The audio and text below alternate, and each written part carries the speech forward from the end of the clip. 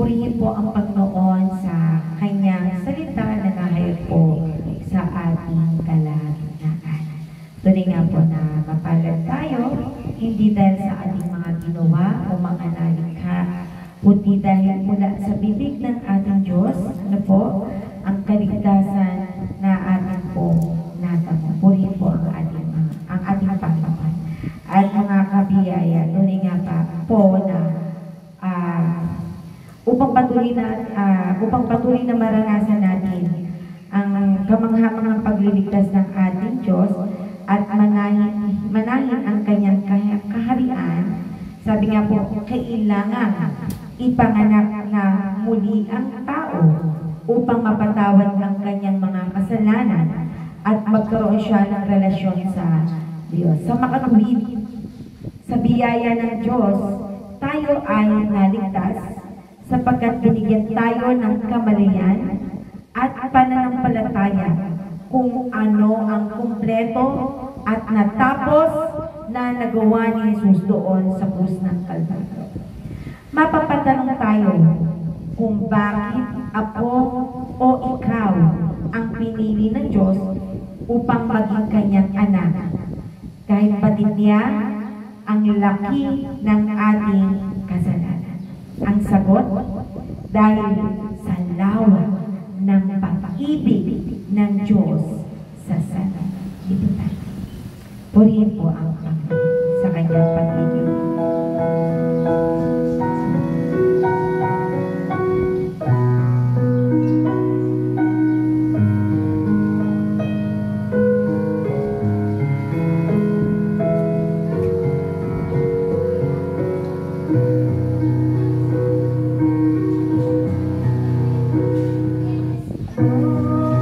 Diyos, bakit ako ang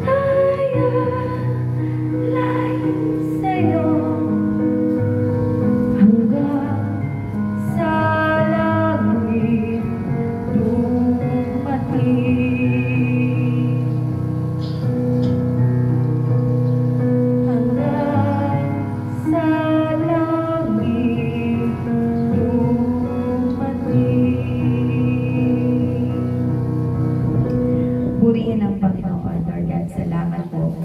Sa iyo po, pinakamataas na papuri at pagluwalhati, Panginoon.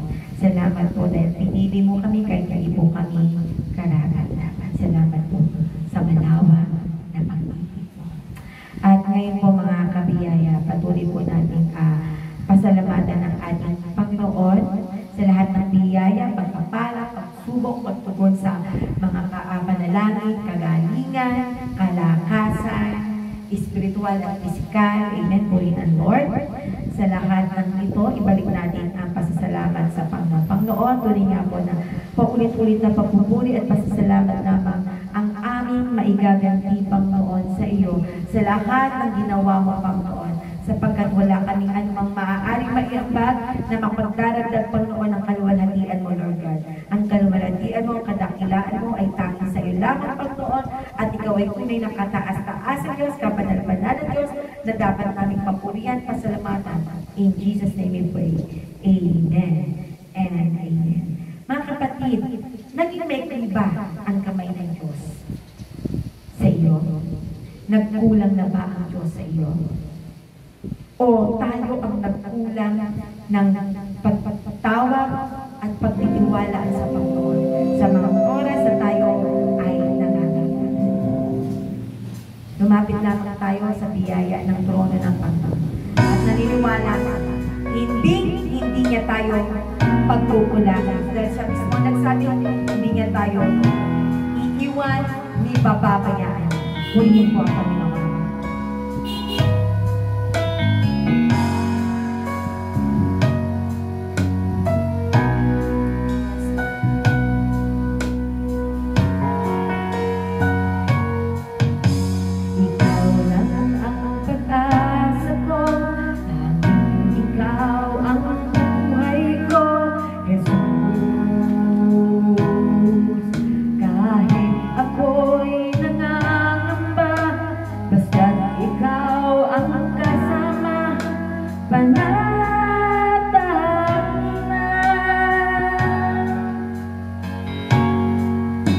Ikaw lamang.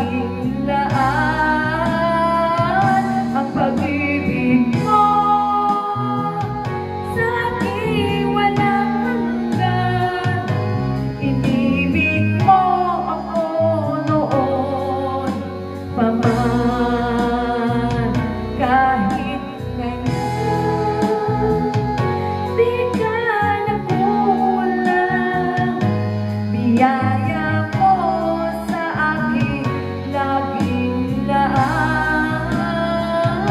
Ang pag-ibig mo sa aking walang hanggan. Inibig mo ako noon naman. Sa iyo po ang papuri at pasasalamat, Panginoon. Salamat po dahil kahit kailan hindi ka po nagkulat sa amin, Panginoon. Sa iyo po ang pinamataas sa papuri at pagawala natin in Jesus' name, in Jesus' name. Amen. Salamat po, Panginoon, sa iyo po mabiyayang pagpapala po sa bawat isa sa amin.